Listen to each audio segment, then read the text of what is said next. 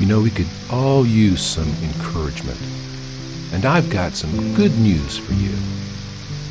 Welcome to 5 Minutes with Mark.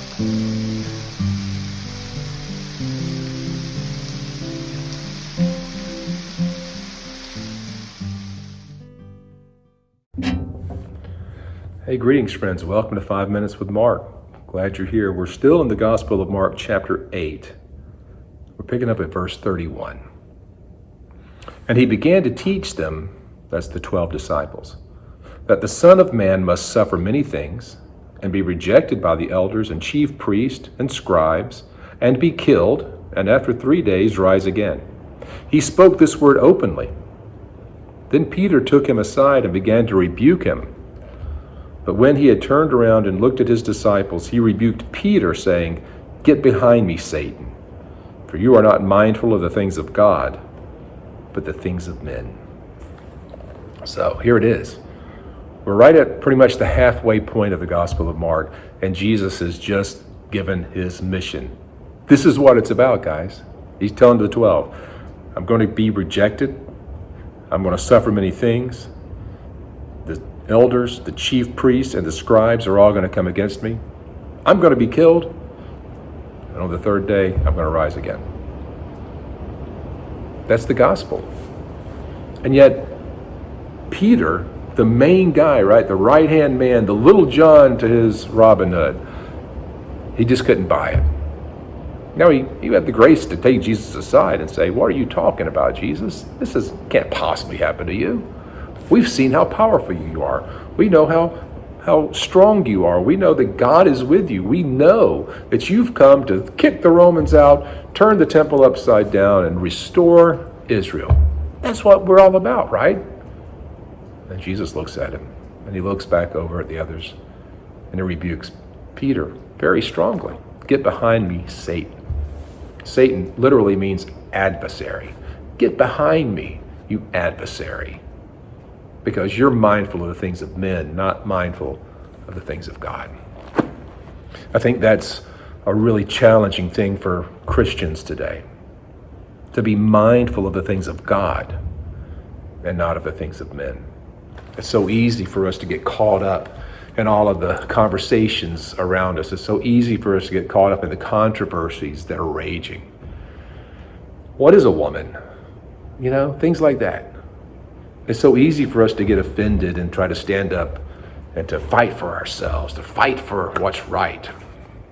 It's so easy for us to just get trapped by the things of men and completely miss what God is doing. See, I believe that God is in the process of winnowing out the wheat and the chaff. God is purifying his body. I believe that's very evident, it's very obvious. He's pouring out his Spirit on those who will hear and listen.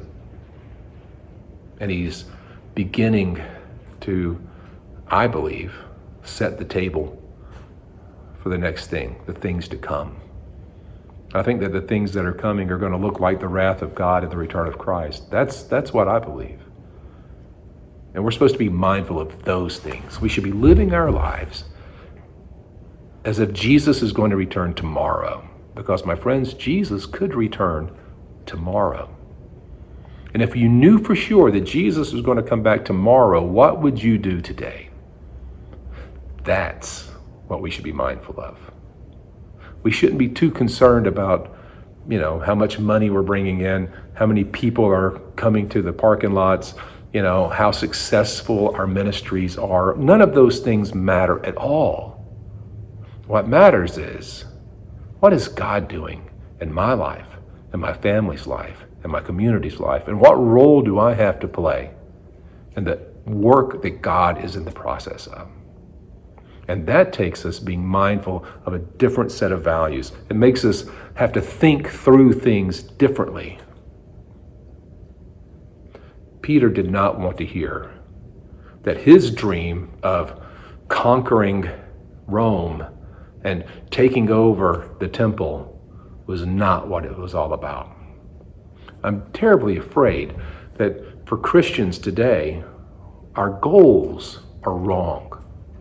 Our focus is in the wrong place. We're looking to achieve things that are not God's plan. And when we hear, this is not what it's not about numbers. It's not about buildings. It's not about a worldly measurement of success. When we hear, what really matters is, are those people in your realm of influence growing deeper in their relationship with Christ? Are people walking closer to Jesus than ever before? Is your faith growing? Are you making those steps that lead you deeper into your relationship with Christ? Or are you simply working hard to accomplish something great? You're not mindful of the things of God, but of the things of men. How terrible it would be to hear Jesus say, "Get behind me, adversary. You're not with me. You're against me." Not because of what you're doing, but because of why you're doing it. And it all begins with having your eyes on the wrong prize, with your focus on the wrong details, having bought into the wrong program. It's not about us. It's about Him. Always has been and will be for all eternity. Be mindful of Christ and let go of the world. That's what it's all about. Have a good weekend. We'll see you next time. I hope you're enjoying this Bible study, this quick devotion. If you'd like more content, you'd like to know more about me and see more of the things that I'm doing, check out my website, theeclecticmonk.com. There you'll find out about my video vlog, my podcast, and a whole lot of other stuff. Hope you'll join me there. Thanks.